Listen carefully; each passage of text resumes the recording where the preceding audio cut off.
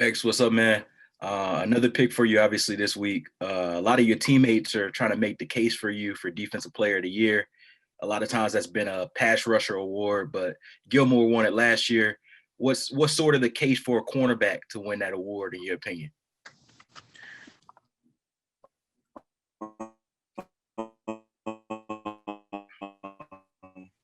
If I keep on playing how I'm playing, I feel like it'll take care of itself at the end of the day.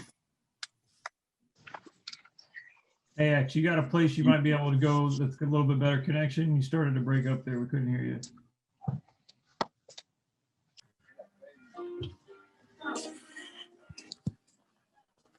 You can hear me now? Yeah, I got you now. It's better now? Yeah, that's better. Yeah. I'm gonna go back to Cam here real quick. Go ahead, Cam. Yeah, if you heard my question and you mind repeating it, I didn't get a chance to hear you much what your answer was. I said, if I continue to play the way I've been playing, I feel like it'll take care of itself. You know, I'm not. You know, it's even though it's an honor just to be guys mention my name about Defense Player of the Year, but if I keep on continue to play how I'm playing, I feel like everything will take care of itself. Joe? Hey, X, earlier today, Flo was saying that you're one of the best corners he's ever been around. I was trying to think of some of the guys he's coached, and maybe you guys have discussed it. I was thinking of Stephon Gilmore, Darrelle Revis, McCourty. Have you guys ever talked about some of the corners he's coached, and has he ever, brought up some of the things they do well? No, not really. I don't really bring up other cornerbacks. He never brought up any other cornerbacks. Them guys, we all different. I feel like in a way. So I just focus on what I can get better at and what we can get, what he can coach me to get better at. So that's the only thing I really focus on. But like I said, it's an honor just for him to even say that. So I just got to put my head down and keep going to work. Adam? X, I'm not sure if you know this stat, but you're 2 interceptions shy of the franchise record for interceptions this season, and that record goes back to 1967. 1967? Yeah, it's been 53 years since someone's had double-digit interceptions in a Dolphins uniform. Do you feel like you can, that's a record that's within reach, and what would it mean to you to put your name in that history book like that? Man, that'd be great. Like I said, the way I'm getting a pick damn near every week. So, just keep that going. And it's not really just, I'm really just not really just focused on just, I wouldn't say just like making history or stuff like that. I'm just playing day in and day out and really just trying to put my team in the best situation to win. So it's not really just, I say on my behalf, just being selfish. It's a whole team effort. So, when everything start getting together and people start making plays, it help the team out. So that's what my main focus on, not really just, I say Defense Player of the Year or just making history. I'm just playing and everything at the end of the season take care of itself. Hal? Hi, X. I have to ask you about your emotions as you walked off yesterday. The game obviously not yet complete and you had to walk off. What was going through your mind? And do you think that Boyd thought that you shoved him rather than Byron? Yeah, he didn't know who shoved him, so he just came up and just did what he did. I didn't throw a punch, so I thought it was a BS call. But I put my team in a bad situation, and I feel like that can't happen down the stretch because these games are important games for us, and my team need me out there. We'll take a couple more, Omar. Obviously, you got to be excited about this matchup considering it's the Super Bowl champions and they're playing at a high level for this offense. What would it mean for you guys to come out and be the defense that you've shown all season? Like I said, we just got to keep that going, though. Everybody from aspect, we got to win all 3 phases. It's a good team, explosive offense. So, just contain them guys. It's gonna be a big matchup for us as all. We just win all 3 phases, and I feel like we'll be on top. All right, we'll take one more, Cam. X, you mentioned that matchup. Obviously, they got Tyreek Hill on the other side, and he been making a lot of big plays for a while. What do you think about that matchup? Do you anticipate being on him, and what would you winning that matchup, I guess, say for you as a corner? I really don't know what's our game plan, like what matchup we gonna have. So whatever matchup they have, I feel like they're gonna put us in the best position to make plays and win.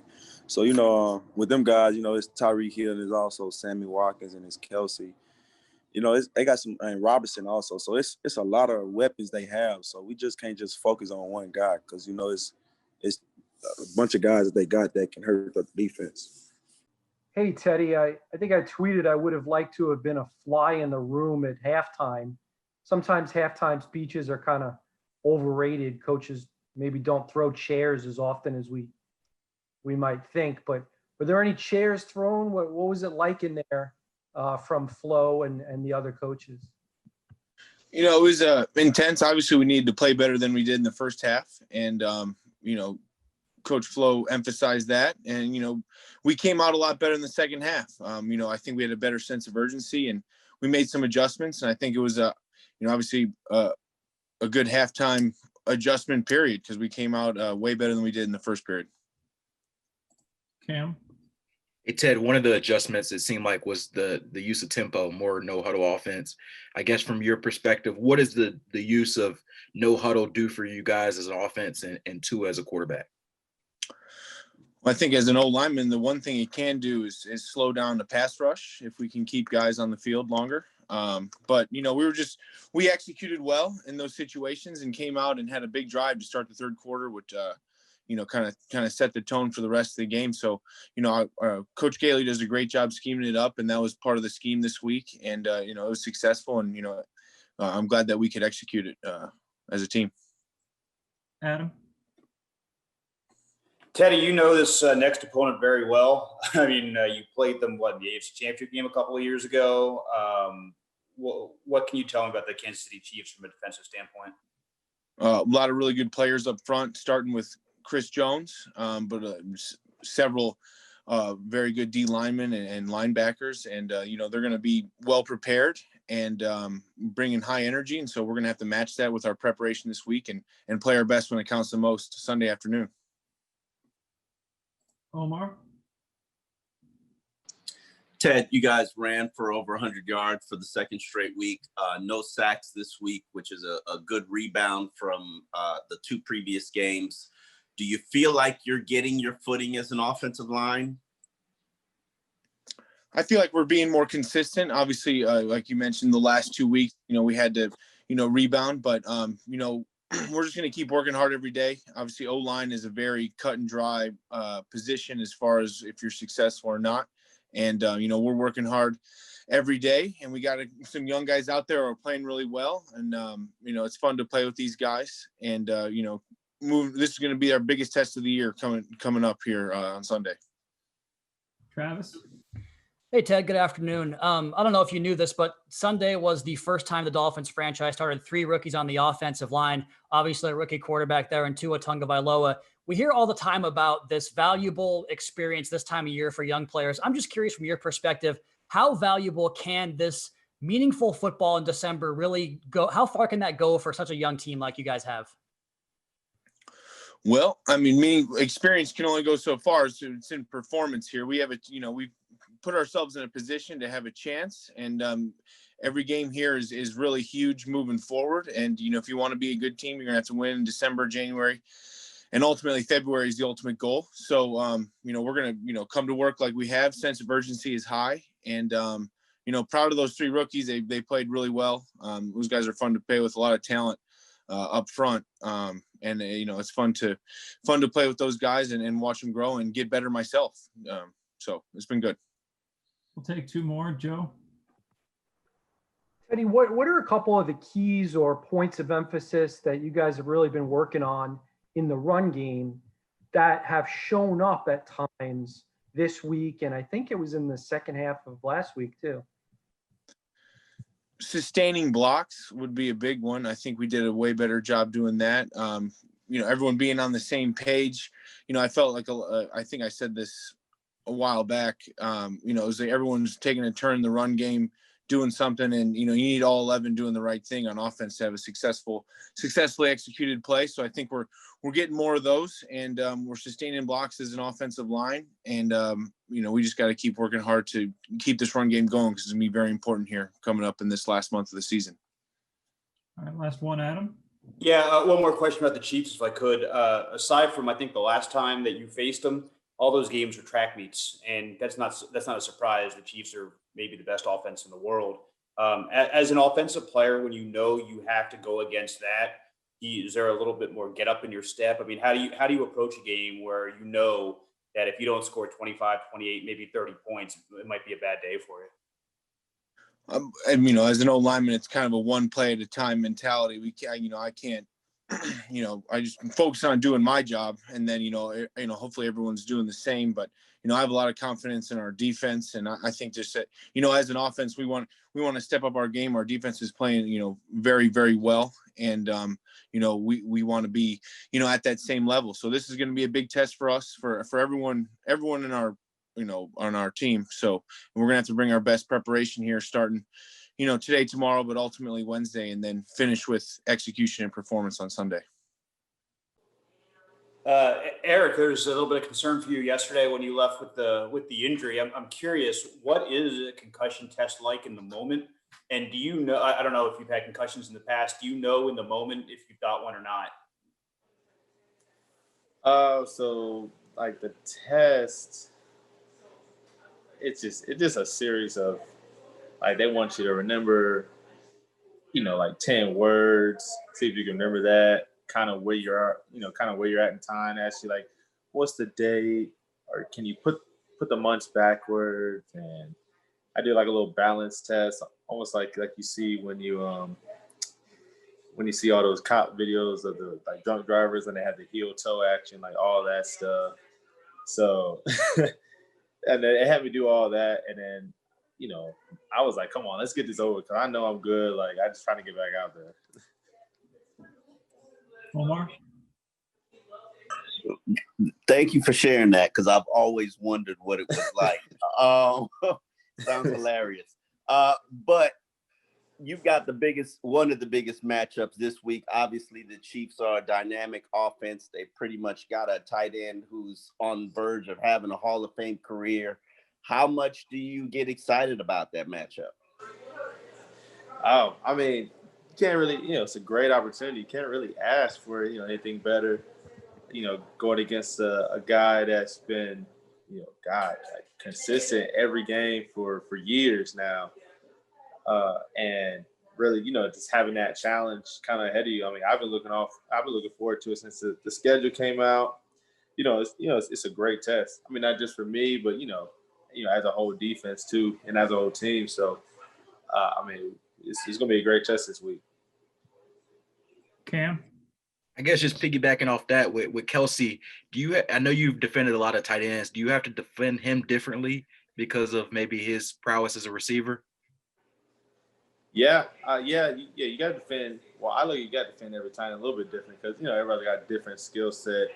Some are more blocking than, you know, receiving, and some more receiving than blocking. And this one's more receiving than blocking, obviously. So, and I already see from, you know, a little bit of film that, you know, the way he runs his routes are like receivers. He stem leverages. He'll push you outside, cut you inside to go back outside. I mean, he does a lot of stuff. So, obviously with that, you know, I have to approach it differently. Joe? Hey, Eric, what's unique about Mahomes? Man, he's just like everybody else. He's a complete quarterback. He can make all the throws. He has the arm. He can read defenses. He can read coverages. He can read protections. If he's mobile enough to get out and run for the first down, he's not slow. So, I mean, he's a complete package. So, what's unique, man, he got it all. Travis? Hey, Eric, I wanted to ask you a couple of questions about your teammate, Kyle Van Noy. I was curious because they caught him on the sideline predicting his 3 sacks, and he got it. I was wondering, does he do that every week, or was that like actually a premonition? And two, just what does he add to this defense in general? You know, going back to your time with him and the Patriots, like what does he do that maybe some of the fans don't see, you know, every single Sunday? Yeah, one, I mean, shoot, everybody tries to predict their stats, right? You know, I go in the game like, yeah, I'm going to try to give me 2, you know, maybe get a TFL today. You know, maybe Bobby's like, yeah, I'm going to give me 1. I'm going to give me 1 this week. You know, kind of everybody always like predicts, but shoot, he spoke into existence. He called out 3. He got 3. So, I mean, that's good for him. And then, like, just for him, you know, as a guy on the team, I mean, he provides, you know, leadership, you know, experience, and when he's on the field, you know, he's confident about, you know, whatever call or check, you know, he needs to make kind of within the scheme, and, you know, kind of having that kind of security on the defense, you know, whatever call he makes and his confidence, like, you know, kind of puts everybody at ease, like, okay, you know, we're going to run this call, rather than maybe someone who's not too sure. He kind of gives the call kind of faintly, then everybody's kind of questioning, like, you know, what'd you say? Then boom, snap, right? So, I mean, you know, just little stuff like that, you know, really adds he's a, you know, important piece in the defense. Alan? Hi, Eric. I have 2 quick questions, if I may. Number one, you guys have been among the best defenses all year. What's the sense of excitement in facing the challenge of stopping a Kansas City offense that few teams have been able to even slow down? And then number 2, what makes Kelsey different than other tight ends that you have faced this year?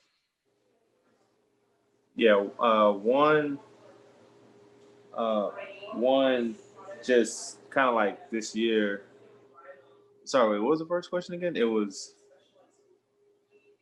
What was the first question? The excitement of the challenge of trying to be that one defense that can actually slow down that KC offense. Oh yeah. One, yeah. This is really going to test us. You know, kind of really see how good we are as a defense. I mean, from a run defense to a pass rush to coverage, shoot to everything. And it's not like a team that, let's say we get a jump on them and, you know, like, okay, cool, we got the lead, comfortable lead, you know, we're good. Like, nah, like we all seen them put up points. You know, I think last year they put up like 21 points in 2 minutes or something like that, and like against the Texans, I think. And so, I mean, this is going to be a good test for us. So we got to play all 4 quarters, 60 minutes. You know, everyone has to be on you know, kind of be in their details because, you know, one slip up and we all see how explosive this offense is. And then 2, with Kelsey, I mean, just like I said before, what makes him different, like, you know, a lot of tight ends, when they run their routes, they don't really stem. They don't push leverages. They don't, you know, do stuff kind of like receivers do. They kind of just run the route like you see on paper. Like if it's an over, then they're just going to run straight across the field. And it's like, okay, that's easy. You know, but with him, you know, he'll push you vertical, maybe a couple juke steps, jab out, and, you know, then break on his route. I mean, it obviously makes it harder to cover. So, I mean, he has a totally different skill set. All right, we got time for one more. Hal? So, Eric, how does the way Kelsey goes about his business, how does that compare with a guy you know well and Gronkowski? Yeah, I mean, the difference between those 2 guys is Gronk is, I mean, his route running ability, I mean, it's not like Kelsey's, you know, with the stemming and all that. But, you know, what made Gronk great was the way he knows how to use his body. And then, because he was a wide dude, he was a big body guy. And obviously his tough hands, right? I mean, you put the ball anywhere in his radius, and Gronk, you know, he was getting it, even with the hits coming on. So, I mean, those, you know, 2 different skill sets, but obviously, I think Hall of Famers.